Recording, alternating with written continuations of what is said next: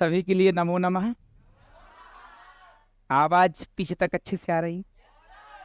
चलिए, तो आज ये तो कुछ कहने की आवश्यकता नहीं है कि हम संस्कृत के विषय में बहुत अच्छे से पढ़ेंगे, ठीक है। अच्छा, एक बात मैं ये बता दूं कि कई बार संस्कृत के प्रति अवधारणा यह होती है कि बहुत कठिन है, बहुत मतलब ऐसा सब्जेक्ट है जिसको पढ़ने में दिक्कत हो रही है।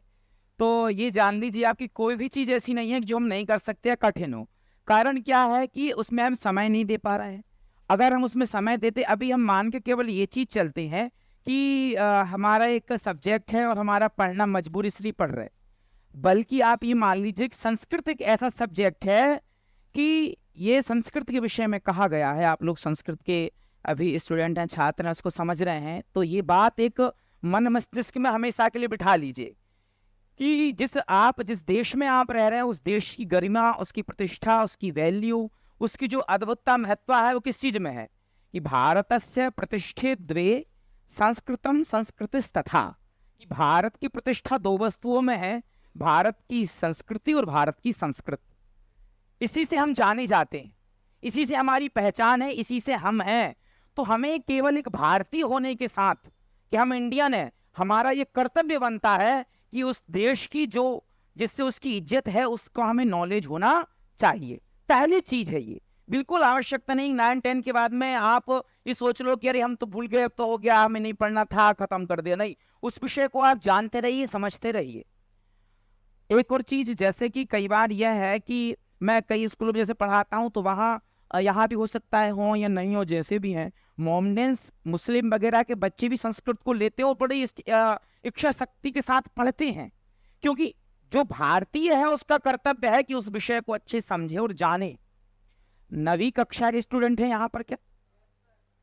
उसमें एक श्लोक आया है सुक्ति मोक्तिकम में कि श्रूयताम धर्म सर्वस्वम श्रुत्वा चैवावधार्यताम आत्मना प्रतिकूलानि परेशान समाज। तो इस श्लोक का बड़ा सुंदर आशय है और ये श्लोक हमें बताता है कि संस्कृत हमें क्यों पढ़नी चाहिए और किसको पढ़नी चाहिए। उसमें कहा है कि श्रूयताम, सुनिए आप लोग, कहा जा रहा है श्रूयताम धर्म सर्वस्वम, सभी धर्मों को, कोई भी धर्म हो, चाहे सनातन धर्म हो, चाहे हमारा कोई जैन धर्म हो या सिख धर्म हो, ईसाई धर्म हो, चाहे इस्लाम धर्म हो, श्रूयताम धर्म सर्वस्वम, सभी धर्मों का क्या, श्रुत्वा चैवावधार्यताम, अवधारणा पूर्वक सुनो, सबका लक्ष्य क्या, टारगेट क्या, सबकी इच्छा क्या, सब चाहते क्या है। श्रूयताम धर्म सर्वस्वम श्रुत्वा चैवावधार्यताम आत्मनः प्रतिकूलानि परेशान समाचरेत्। जो हमें अच्छा नहीं लगता वो कभी दूसरों के साथ नहीं करना चाहिए। ये सिखाती है संस्कृत। संस्कृत जीवन जीना सिखाती है। केवल इसको क्लास तक सीमित मत रह जाने दो।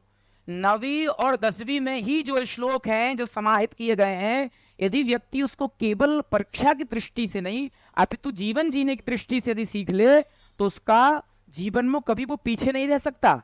इतनी बढ़िया बढ़िया वस्तुएं, इतनी अच्छी अच्छी चीजें उसमें समाहित हैं, कुछ नहीं कहा जा सकता, है ना। तो उन पाठ हैं, वो पाठों में वो श्लोक है। कदाचित यदि हम पाठों पे चलेंगे तो उन वस्तुओं को, उन विषयों को हम बिल्कुल बहुत अच्छे से देखेंगे। ये बात मैंने आप लोगों से इसीलिए कही कि आप इसका महत्व समझिए, संस्कृत का महत्व समझिए, और केवल ये संस्कृत पढ़ना आपके वर्तमान में केवल पाठ तक सीमित ना रह जाए, केवल परीक्षा तक सीमित न रह जाए, अपितु जीवन पर्यंत ये चले। ऐसी आप मनोबल और ऐसी कामना के साथ पढ़िए कि हमें हम संस्कृतज्ञ बनेंगे, क्योंकि हमारे एक देश के निवासी होने के साथ ही हमारा कर्तव्य है, चाहे वो मुस्लिम हो, चाहे सिख हो, चाहे ईसाई हो, भारतीयता होने के साथ ये बहुत आवश्यक है कि संस्कृत की जानकारी हो। और हम लोग निरंतर उसमें काम कर रहे हैं कि आप लोग संस्कृत आपको कैसे सरलता से हम लोग सिखा सकें, समझा सकें, बता सकें। जो भी चीज समझना है A to Z आप बिल्कुल उसको कर सकते हैं। और बहुत अच्छी बात है कि हम आज राहुल सर के माध्यम से, इस एडिशनल क्लासेस के माध्यम से ये हमें सुलभ हो पाया कि आप लोगों के साथ साथ बहुत बच्चे ऐसे हैं जो इसका लुत्फ उठाएंगे, लाभ लेंगे, ठीक है। तो जैसा कि अभी सर बता रहे थे कि अभी आगे कुछ निर्धारित नहीं किया जा सकता कितनी क्लासेस हो ना हो, तो आज ये पहली क्लासेस यहाँ पर है। तो हम आज यह जानेंगे, पढ़ाई हम दो तरीके से करेंगे। एक तो होती एकदम पूरा शुरू से अर्थ से लेके इति तक अक्षर सह उसका पढ़ना। एक होता है थोड़ा सा और स्मार्ट तरीके से पढ़ना कि हम कैसे कम समय में एक अपने टारगेट को, लक्ष्य को हम हासिल कर सकते हैं, इस तरीके से पढ़ना। तो यदि इस तरीके से पढ़ना चाहते हैं तो उसके लिए ये क्लास आपको बहुत हेल्प करेगी, और इसको आप बाद में भी जरूर, ही रिकॉर्ड हो रही है, आप सुन सकते हैं, समझ सकते हैं इसके थ्रू। हम आज देखेंगे अंक की योजना। सबसे पहले कहा जाए प्रयोजनम अनुद्देश्य मंदोपिनः प्रवर्तते। जब तक हमारा कोई टारगेट निश्चित नहीं होता तो मूर्ख व्यक्ति भी कहीं कोई कुछ नहीं कर सकता। तो हमारा लक्ष्य हासिल होकर हमें करना क्या है ना। तो सबसे पहले हम आज पढ़ेंगे कि हमारा जो पेपर बनना है वो किस तहत बनना है, कौन से चैप्टर से क्या क्या हमारे पास चीजें उपलब्ध होंगी, कहाँ से हमें की तैयारियां करना है, पाठ से कितना पढ़ना है, व्याकरण कितनी देखनी है, सारी चीजों को हम समझेंगे बहुत अच्छे से। और आप थोड़ा सा फोकस करेंगे, थोड़ा सा, तो बहुत ही अच्छे तरीके से आप बहुत अच्छे शानदार नंबर ला सकते हैं, है ना। और आपने सोचा कि नहीं संस्कृत है, इसको ना पढ़े ऐसे काम हो जाएगा, तो समझिए हो सकता है आप बहुत अच्छी कंडीशन में, आजकल तो लैपटॉप और स्कूटियां मिल रही हो, पता नहीं क्या क्या हो रहा है, आप जहां जो पढ़ रहे हो, तो वो आप, हो सकता है कि आपका मध्य प्रदेश में अच्छे स्तर पर नाम आने वाला हो, और किसी विषय में कुछ कम नंबर हो गए तो वो नीचे स्तर गिर गया। तो इसलिए हर विषय को हमको बहुत अच्छे से टारगेट करके चलना है, ठीक है ना। तो आप सबसे पहले समझिए इस चीज के लिए। आज हम आरंभ करते हैं किस चीज से, अंक की योजना, जो दोनों कक्षाओं के लिए बराबर है। कक्षा 10 के लिए भी वही है और कक्षा 9 के लिए भी वही है ना। तो है हमारी आज अंक योजना, है ना, कि हम किस तरीके से तैयारी करें कि हमें सरलता हो जाए, सहजता हो जाए, हम उसको आराम से कर सकें, ठीक है। तो पहला जो आपसे पूछा जाता है, इसको मैं ले लेता हूं, है ना। तो पहला आपका एक है अंक की योजना के तहत कि शब्द रूप आपसे पूछे जाएंगे, है ना। किसी को शब्द रूप याद है, राम शब्द के रूप या बालक शब्द के रूप, हाथ उठा के बताइए। है, विभक्ति होती हैं, शब्द रूप होते हैं, 3 वचन होते हैं, और किसी को याद है? क्यों नहीं है याद? आपको ये चीज पहला कर्तव्य है, आपकी तैयारी, ये हमारी तैयारी नहीं, हम उसको आपको समझा बता सकते हैं, याद तो आपको करना है। ये नोट्स आपको ऐसे पानी में घोल के पिलाए नहीं जा सकते, समझाए जा सकते हैं, तो वो तैयारी वो आपको जरूर करनी है। तो ध्यान दीजिए, राम शब्द के रूप या बालक शब्द के रूप एक जैसे चलते, ह्रस्व अकारांत जो होता है जिसमें लास्ट में ह्रस्व अ होता है, वो सभी के सेम रूप चलेंगे। एक पुल्लिंग शब्द रूप याद करना है, दूसरा एक स्त्री शब्द रूप याद करना है, जैसे रमा या बालिका दोनों के सेम चलते हैं। एक नपुंसक लिंग शब्द रूप याद करना है, पत्र के कर लें, पुष्प के कर लें, फल के कर लें, है ना, इत्यादि कोई भी चीज करना है, जो कि अंक योजना में एक बहुत अहम भूमिका शब्द रूप की भी है ना। तो आपसे जो शब्द रूपाणी जो है, कितने नंबर के शब्द आएंगे, ये कितने नंबर से यहां से पूछा जाएगा शब्द रूप से, नहीं पता। तो ये समझिए, यहां से आपसे जो आपको आने वाले हैं वो 4 नंबर आने वाले हैं। ये पूछ लेंगे राम शब्दस्य तृतीया विभक्ते रूपम अस्ति, राम शब्द की तृतीय विभक्ति का रूप है, वो आपको बताना है। क्या कोई बताएगा? रामेण, रामेण एक वचन है उसका, ठीक है। यदि ये कहा जाए सप्तमी विभक्त्या है बहुवचनम अस्ति, रामेश, है ना, वेरी गुड, बहुत अच्छा। तो ये जो है आपको तैयार होना चाहिए। या बालक शब्दस्य तृतीय विभक्ते है बहुवचनम अस्ति, तृतीय विभक्ते है बहुवचनम, तृतीय विभक्ते, रामे रामयो, रामेण रामाभ्याम रामई, तृतीय विभक्ति का बहुवचन, तो रामई है या बालकई है ना। तो कोई भी बनेंगे, तो यहां से आपको 4 शब्द रूप पूछे जाने हैं। तो बहुत आवश्यक आपका है कि या तो आप बालक के याद कर लें, अथवा राम की शब्द रूप याद कर लें, जिसमें हो सकता है विभक्ति पूछ लें, यहां से वचन पूछ लें। यहाँ 4 नंबर आने ही आने हैं डेफिनेटली, ऐसा नहीं है कि इसमें कोई वो चीज हो। ये मध्य प्रदेश शासन शिक्षा विभाग के तहत ये बना दिया गया ब्लूप्रिंट, किसके तहत आपसे पूछे जाने हैं। तो 4 नंबर यहां से आने, और ये आप बिल्कुल इजीली कर सकते हैं। राम के याद कर लिए तो बालक के भी हो जाएंगे, बालक के कर लिए राम, कोई भी एक कर ले आप। तो ये जो शब्द रूप है वो कौन सा है? पुल्लिंग, है ना, पुल्लिंग शब्द रूप है। एक आप यहां पर दूसरा कर लेंगे बालिका, आप बालिका कर लीजिए अथवा रमा कर लीजिए, है ना। तो बालिका कर लें या रमा कर लें। अब उनने बोल दिया कि रमा शब्दस्य चतुर्थी विभक्ति एक वचनम अस्ति, तो वो करना है क्योंकि इनसे पूछे जाएंगे ही जाएंगे, इनसे निश्चित समझ लीजिए आप। ये जो है वो स्त्रीलिंग शब्द रूप है, रमा यही बनता है चतुर्थी में, है ना, रमा शब्द का, या बालिका या रमा, दोनों के एक समान चलते हैं। रमा रमे रमाह, रमाम रमे रमाह, रमया रमाभ्याम रमाभि चतुर्थी में, रमायै रमाभ्याम रमाभ्या पंचमी में, रमायाह रमायाह रमाभ्याम रमाभ्या, इसके बाद में षष्ठी में रमायाह रमयोह रमाणाम, सप्तमी में रमायाम रमयो रमासु हिरमे हिरमे हिरमाह, है ना। तो ये क्या आप याद कर लेंगे कि 7 विभक्तियां होती हैं, बिल्कुल किसी से पूछे सप्तमी विभक्ति का रूप है, नीचे 4 ऑप्शन दे दिए जाएंगे। ये आपसे किसी भी तरीके से पूछा जा सकता है। अगर आपका ये तैयार है विकल्प में पूछ ले, आता है कि शुद्ध वाक्य नाम समक्षम आम, अशुद्ध वाक्य नाम समक्षम ना इति लिखत, आता है ना, कि जो शुद्ध वाक्य है उसके सामने आम लिखिए, मतलब हाँ सही है, और जो गलत वाक्य उसके सामने लिखिए ना कि नहीं गलत है। ये वहां पूछा जा सकता है, ये खाली स्थान के अंतर्गत पूछा जा सकता है, ये जोड़ी मिलाने के अंतर्गत पूछा जा सकता है ना। लेकिन यदि हमें तैयार है तो कोई कहीं से पूछ ले, है ना, तो बहुत आवश्यक ये तैयार करना। तीसरा आपका आ जाता है नपुंसक लिंग के लिए आप फल शब्द के रूप याद कर लें अथवा पत्र शब्द के रूप याद कर लें।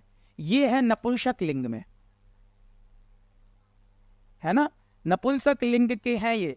और आपको ये तो पता ही होगा कि नपुंसक लिंग में प्रथमा विभक्ति और द्वितीय विभक्ति सेम होती हैं और तृतीय विभक्ति से पुल्लिंग के जैसे होते हैं। पत्रम पत्रे पत्राणि प्रथमा विभक्ति, द्वितीय विभक्ति, फिर पत्रम पत्रे पत्राणि, तृतीय विभक्ति से राम के जैसे या बालक के जैसे कहो। पत्रेण पत्राभ्याम पत्रैः, पत्राय पत्राभ्याम पत्रेभ्यः, पत्रात् पत्राभ्याम पत्रेभ्यः, पत्रस् पत्रेषु पत्राणां, पत्रे पत्रेषु पत्रेषु, सेम। एक याद कर लोगे तो खटाखट यूं बोलोगे, कहीं कोई दिक्कत ही नहीं। तो इन तीनों से ही आपको करना है जो कि 4 नंबर के पूछा जाना है। समझ में आया? तो ये चीजें एकदम कर लीजिए। इसमें आपसे क्या पूछे जाएंगे, विभक्ति किस विभक्ति का है, कौन से वचन का है और कौन सी लिंग का है। हो सकता है कि आपको दे दिया जाए अधुलिखितेषु स्त्री शब्द रूपम नास्ति, स्त्री शब्द रूप नहीं है, नीचे दे दिए 4, बालक दे दिया, पत्र दे दिया, राम दे दिया, रमा दे दिया, है ना। यह पूछ लिया कि इसमें स्त्रीलिंग है या स्त्रीलिंग नहीं है, उस तरीके का कुछ भी। अधुलिखितेषु स्त्रीलिंगम नास्ति, स्त्रीलिंग के दे दिया, एक बाकी ऑप्शन एक स्त्रीलिंग दे दिया, है ना। तो ये चीज हमें ध्यान से समझ के चलना है कि पूछ क्या रहा है, प्रश्न में कहा क्या जा रहा है। अधुलिखितेषु स्त्रीलिंगम नास्ति, स्त्रीलिंग नहीं है, तो कौन सा नहीं दे दिया, रमा, बालिका, सीता और राम, तो राम उसमें स्त्रीलिंग नहीं है। अधुलिखितेषु पुल्लिंगम नास्ति, पुल्लिंग नहीं है। और मतलब आपको क्वेश्चन को समझना है और ये करना है कौन से लिंग का है, और विभक्तियों में वचन में इनको क्लियर करना है ना। वचन कितने होते हैं, कौन कौन से, एक वचन, द्विवचन, बहुवचन, 7 विभक्तियां होती हैं। कौन कौन सी, सप्तमी विभक्ति। तो आपको 4 नंबर यहां से आने हैं। और मेरे पास अभी 10th क्लास का सर पेपर भी था, वो यहाँ उपलब्ध नहीं है बल्कि पास में रखा हुआ, तो कोई बात नहीं। उसमें से भी जो पूछा था वो एक पूछा था उसमें बालक शब्द का, और पूछा था लतायाम रूपम अस्मि, सप्तमी विभक्ति, द्वितीय विभक्ति, पंचमी विभक्ति है, तृतीय विभक्ति है। तो लतायाम किसमें बनता है, सप्तमी विभक्ति का एक वचन है। तो वो चीजें आप शब्द रूप याद कर लेंगे तो ये चीजें खत्म हो जाएंगी। तो अब आपको शब्द रूप याद करना है। इनमें से चाहो तो आप ये कर लो या ये एक कर लो, कोई भी। तो मान चलो कि आपने बालक कर लिया, यहाँ रमा कर लिया, इनमें से कोई एक कर लिया, ये सब तैयार है। एक ये तैयार हो गया तो ये भी हो गया, ये हो गया तो ये हो गया, या ये हो गया तो ये हो गया, है ना। तो इसमें से कितने आपसे पूछे जाने हैं, कितने पूछे जाने हैं, 4 अंक। मैं ये बताता हूं, गवर्नमेंट स्कूल में से कोई बच्चे नहीं है, परिस्थितियां सही नहीं है, तो ये मान लीजिए आप कि स्कूल कम आ पा रहे हैं, नहीं है उतने पढ़ाई लिखाई के प्रति डेडिकेट, तो वो वहाँ के बच्चे 35-40 नंबर इजीली लेके आ जाते हैं। 30 नंबर की व्याकरण आनी है, ऑब्जेक्टिव टाइम में आना है, तो 30 में से वो 15 आराम से ले आते हैं, है ना। इसके बाद में एक श्लोक पूछ जाने तो वहाँ बच्चों को 6-6, 7-7 श्लोक याद है हमारे स्कूल में, तो एक लिख करके 2 नंबर इजीली वो आ जाते हैं, 15 और 2 17 हो गए। 4 नंबर का पत्र लेखन आता है, 4 नंबर हो गए, 21 नंबर हो गए। 4 नंबर जो है निबंध आता है, 21 और 4 25 नंबर हो गए। इसके बाद में गद्यांश, पद्यांश और नाट्यांश 3-3 नंबर के आते हैं, है ना। तो उनमें से 3 प्रश्न होते हैं, 3 नंबर का होता है। मान लीजिए 2 ही सही हुए तो 6 नंबर ये हो गए, 25 और 6 31। इसके बाद में एक अपठित होता है गद्यांश, मान के चलो 4 नंबर का होता है, उसमें 2 ही लाए, कितने आ गए 33। अभी हमने पढ़ा नहीं कुछ, अभी हमने कुछ पढ़ा ही नहीं है। ये उस स्तर की बात है जहां स्तर पढ़ाई लिखाई कोई करता ही नहीं, और जो थोड़ा पढ़ना चाहता है उसके लिए तो शानदार नंबर आते हैं। संस्कृत बहुत स्कोर विषय है, बहुत अच्छे नंबर यहाँ से उठ करके मिलते हैं। बस थोड़ा सा उस पर ध्यान देना होता है। यहाँ से आप थोड़ा इस पर ध्यान देंगे, आपके 4 नंबर हो गए कन्फर्म। अब हम आगे चलते हैं। अब दूसरा है नंबर, दूसरे से आपसे पूछे जाने हैं अव्ययः, है ना। अव्ययाः ये कितने नंबर का आएगा, 2 नंबर के, है ना। ये 2 नंबर के होंगे, प्रश्न भी 2 ही होंगे। एक प्रश्न से लेकर के 5 प्रश्न तक के सारे प्रश्न 1-1 नंबर के होते हैं, है ना, 1 नंबर का होता है। और इन नंबर भी 2 हो, प्रश्न भी 2 ही पूछे जाएंगे। अव्यय केवल आपसे 2 पूछे जाएंगे। अव्यय आपको पता है ना। सर ने वैसे पूरा कलेक्शन सब रखा हुआ है। सर बड़े इस मामले में पढ़ाने के लिए आप लोगों के प्रति बड़ा समर्पित भाव से रहते हैं और पूरा एकदम पढ़ाना चाहते हैं। मतलब भले वो संस्कृत से नहीं है, फिर भी उनकी संस्कृत बड़ी अच्छी है, बहुत अच्छी संस्कृत है, पूरा कलेक्शन करके रखते हैं। तो उसमें जैसे अत्र, तत्र, कुत्र, सर्वत्र, अन्यत्र, इतः, ततः, कुतः, च, एव, मा, है ना।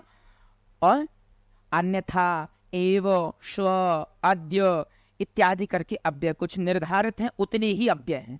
तो आपको अव्यय से 2 प्रश्न आने हो, और जो इतने में अव्यय बोला हूं, 1-2 अव्यय, मुश्किल से 4 अव्यय और मिलेंगे, और आपके 2 नंबर कंफर्म। इनको कुछ नहीं करना, जो सर नोट्स देंगे उसमें से आपको केवल एक बार सरसरी निगाहों से उसका रिवीजन कर लेना हर 1 से 2 दिन में कि ये क्या पूछा जा रहा है और हमें क्या इनके प्रति तैयारी करनी, बस देख लेंगे, हो जाएगा। और यत्र, तत्र, सर्वत्र, अन्यत्र, तो कुत्र तो ऐसे होते हैं कि वो आपको याद ही रहते हैं। कुछ ऐसे होते हैं कि थोड़ा दिक्कत है, तो वो आपको हो जाएंगे। तो कितने नंबर आपके यहाँ हो गए, ये 2 नंबर आ गए, और ये 2 भी डेफिनेटली आपके पास होंगे, है ना। अब हम आगे चलते हैं।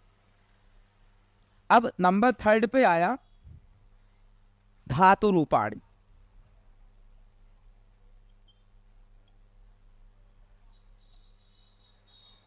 धातु रूपाणी, यहां से कितने क्वेश्चन होंगे आपसे, 4। कितने होंगे, 4 होंगे, ठीक है। तो इसमें से जो जो आपसे पूछा जाना है, धातु का प्रकरण बहुत बड़ा है, लेकिन मैं आपको वो बता रहा हूं जिसमें से आपको हो जाना है ना। लकार कितने प्रकार की होती है,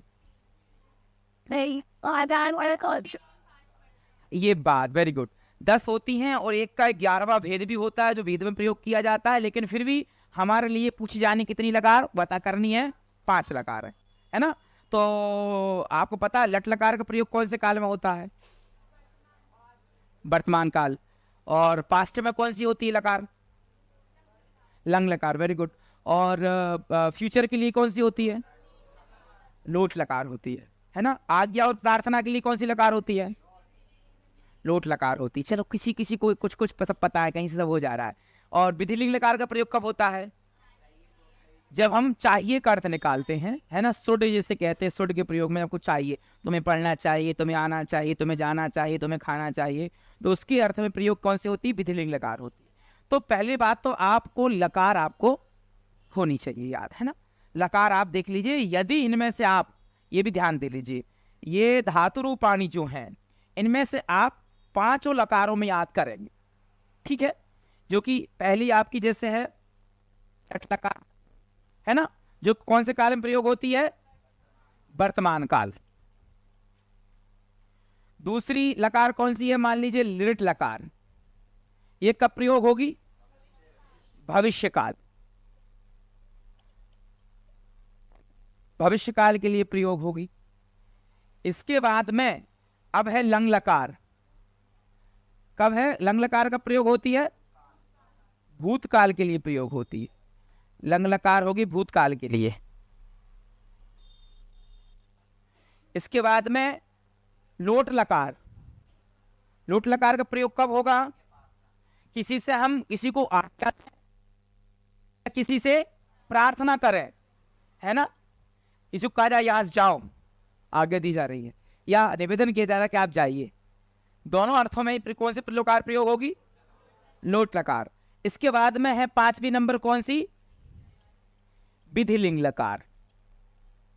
तो विधिलिंग लकार का प्रयोग होती है चाहिए के प्रयोग में, है ना, चाहिए के अर्थ में या चाहिए के प्रयोग में। जी कुछ कह रहे हैं क्या? तो ये आपने देखा ना, अच्छा, लोट के बाद नहीं दिख रहा, तो इसको मैं यहाँ लिख देता हूं, है ना, विधिलिंग लकार।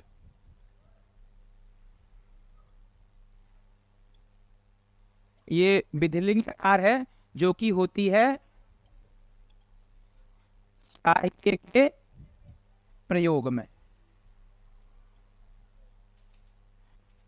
ठीक है, ये 5 लकार में आपको याद करना है। अब इसको सर मिटा दिया जाए, है ना? हाँ, अच्छा ठीक है, बिल्कुल बिल्कुल बिल्कुल।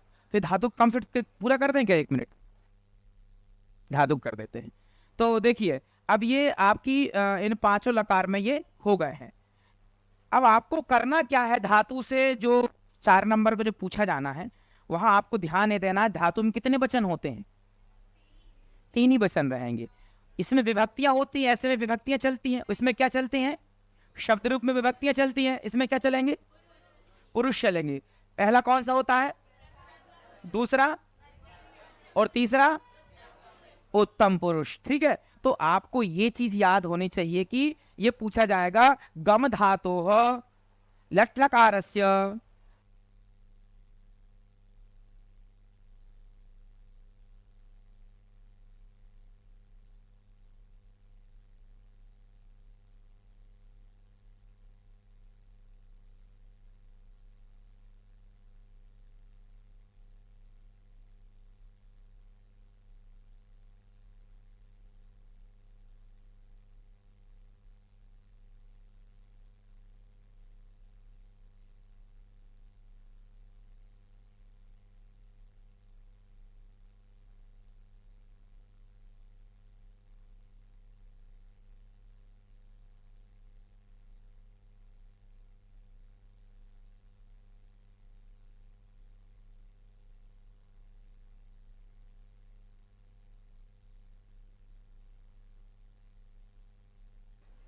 तो देखिए, अब इसमें हमें इतनी चीजें ध्यान देनी है धातु संबंधित कि धातु 5 लकारों में तैयार होनी है।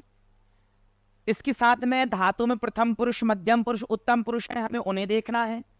ठीक है, वचन इसके ध्यान में रखना है कि मध्यम पुरुष से एक वचनम कहा जा रहा है, उत्तम पुरुष से एक वचनम कहा जा रहा है, या प्रथम पुरुष से बहुवचनम कहा क्या जा रहा।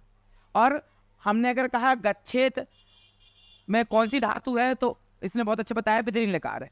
हमने इसमें कहा कि गच्छेत में विधिलिंग लकार और गच्छतु में लोट लकार है। तो ये चीजें हमें ध्यान में होनी चाहिए कि कौन से लकार का क्या है ना। भविष्य काल के लिए कौन सी लकार? भविष्य काल पट धातु के मध्यम पुरुष का एक वचन क्या होगा? पट धातु के लृट लकार का जो भविष्य काल में प्रयोग होती है, मध्यम पुरुष का एक वचन क्या होगा? पठिष्यसि, पठिष्यतः, पठिष्यति, पठिष्यता, पठिष्यन्ति, पठिष्यसि, पठिष्यथा, पठिष्यथ, पठिष्यामि, पठिष्यावा, पठिष्यामा, है। और सब धातु एक जैसी चलती है। तो अब ध्यान देने वाली बात यह है, या तो आप गम धातु याद कर लें अथवा पठ धातु याद कर लें। इन दो में से यदि एक याद कर लेंगे तो आपको धातुओं का कॉन्सेप्ट क्लियर हो जाएगा। एक याद करेंगे, सब ऐसी चलती हैं। पठति पठता पठन्ति, पठसि पठता पठत, पठामि पठावा पठामा, गच्छति गच्छता गच्छन्ति, गच्छसि गच्छता गच्छत, गच्छामि गच्छावा गच्छामा, लिखति लिखता लिखन्ति, लिखसि लिखता लिखत, लिखामि लिखावा लिखामा, चलति चलता चलन्ति, चलसि चलता चलत, चामि चलामि चलावा, हसति हसता हसन्ति, हससि हसता हसत, हसामि हसावा हसामा। सारे एक जैसे तो हैं, कहाँ दिक्कत होनी है?